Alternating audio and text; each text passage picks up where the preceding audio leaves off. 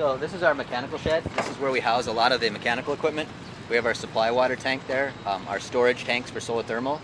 We also have our regenerator that exhausts our internal humidity outside, as well as a lot of the pumps and valves that control those systems. This is at the northwest location of the house.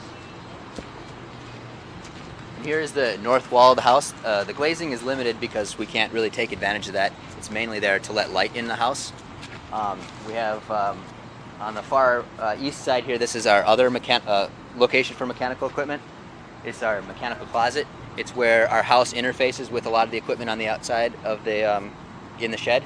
We have our dehumidification system here, our HVAC systems here, and as well as our inverters for our PV arrays. And then around here on our east porch, we have this glazing that kind of lights up this whole porch area. And on the south slope here, where we have holes, we're actually waiting for a transparent PV. That'll allow us to generate some electricity while still passing light through onto this porch. This is our kitchen windows you can see right here.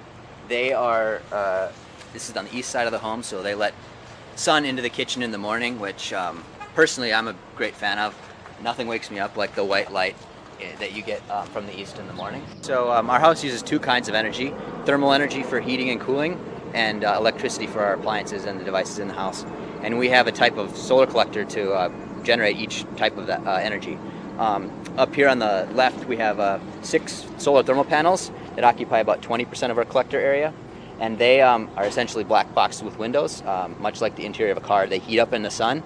We pass water through those panels, and that water is heated, and we store that water in tanks on the north side of the house. The other part of our energy collection system is the photovoltaics. That occupies the most of our roof space, and that converts sunlight into electricity. And if we're operating appliances or devices in our home, that electricity is used immediately.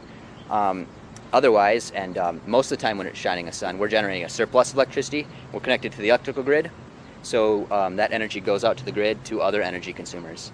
The advantage of that grid connection is that we can draw that energy back when we are running a deficit, for instance, during the night or when it's cloudy.